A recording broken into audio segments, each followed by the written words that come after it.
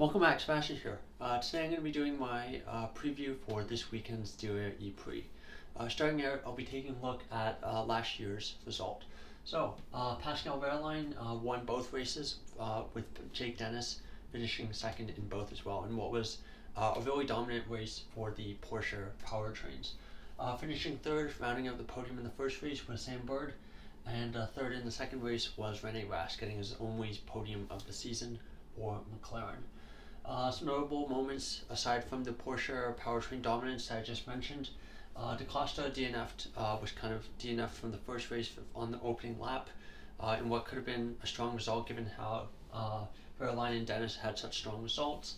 Evans also had a bit of a scruffy weekend, I believe picking up a penalty in the second race, which dropped him well down the order. So next, taking a look at the circuit itself, held in Diriyah, Saudi Arabia. It's a 2.495 kilometer circuit.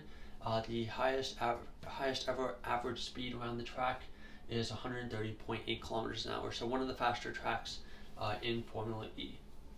Last year, two races, of course.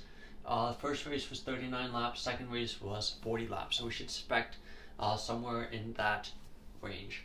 It's a very technical circuit. You have this very pretty fast and flowing Sector 1 as well as Sector 2, which many will call the bobsleigh run. Very, very tight and pretty much single file because it's very, very dusty offline.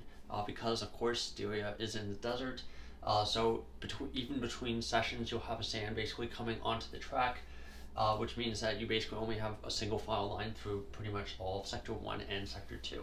Also, because it's very technical, you will see drivers make mistakes. We've had quite a few safety cars over the years from drivers binning it in this part of the track.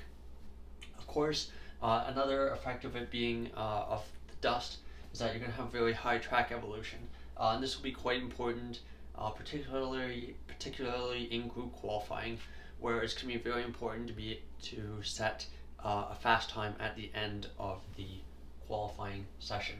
So, of course, for this track, the only real overtaking opportunity is at turn 18 after kind of the long bobsleigh run in 16 and 17, which means that the exit of those two corners is very, very important. Overtaking, I think, is about average, not easy, but I wouldn't say hard either. Generally much better than Mexico City. And of course, attack mode the last several years has been on the outside of turn 19, which has led to some incidents over the years with drivers kind of ducking in to take that line, catching the other drivers off guard. So, a bit of history for the Diriyah ePrix. We've had 9 races total. The first race was a single race back in 2018, I believe, when it was in December, and every race since then has been a double header. Most pole positions, surprisingly, Sims and DeVries of all drivers both have 2 pole positions. For wins, Bird, Wehrlein, and DeVries all have 2, and for podiums, Bird, Van Doren, and Dennis all have 3. So expect some of those drivers, particularly Bird and DeVries, maybe perhaps to have strong weekends. I don't expect a win or anything for DeVries driving the Mahindra, but I would expect a decent result, qualifying his teammate, that kind of thing. The schedule for this coming weekend, so of course we have the FP1 on Thursday. Of course, important to note that this weekend's races will be Friday, Saturday, because it is in Saudi Arabia, and that's when the Muslim weekend is. But anyway, yeah. So FP1 Thursday, 17:55 local time, and then Friday FP2 12:55 local time. For FP2 qualifying 15:20, so in the afternoon. So that'll be another interesting difference. How having qualifying in the race, one during the day, one at night. It'll be interesting to see how that affects the tires. The ePrix will be starting from 20:04 local time, and then for Saturday you have FP3 quali and the ePrix all at the same time as the first round.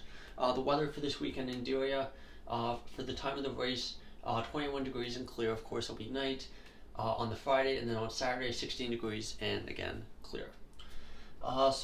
Finishing up with some predictions for this coming weekend's races. I'm just going to do one podium. After last time, it was pretty much a disaster, so I hope that I at least get one driver on the podium right, even if it was from different races or whatever. Of course, we didn't really learn a whole lot from Mexico City. We knew that I think the pecking order is roughly the same as last year. Maybe the Maseratis and the DS Penske's are a bit quicker. But other than that, I think we're still going to be in line for the same kind of teams fighting towards the front. I think after last year, Verline and Dennis both showed that they're very, very strong around this track. So I do think it would be, appropriate to pick them to be on the podium. Let's see. I think I'm going to go with the opposite of last year's result.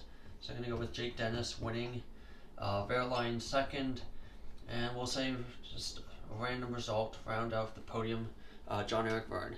Very, very quick here in the first race here in Diriyah. So, of course, we'll see how that goes. I don't expect, now that I've written them down, none of them, they're all going to DNF. So, yes, so that's all for my preview of the Diriyah ePrix. Should be a better race this coming weekend than last time out in Mexico City. Thank you so much for watching, and goodbye.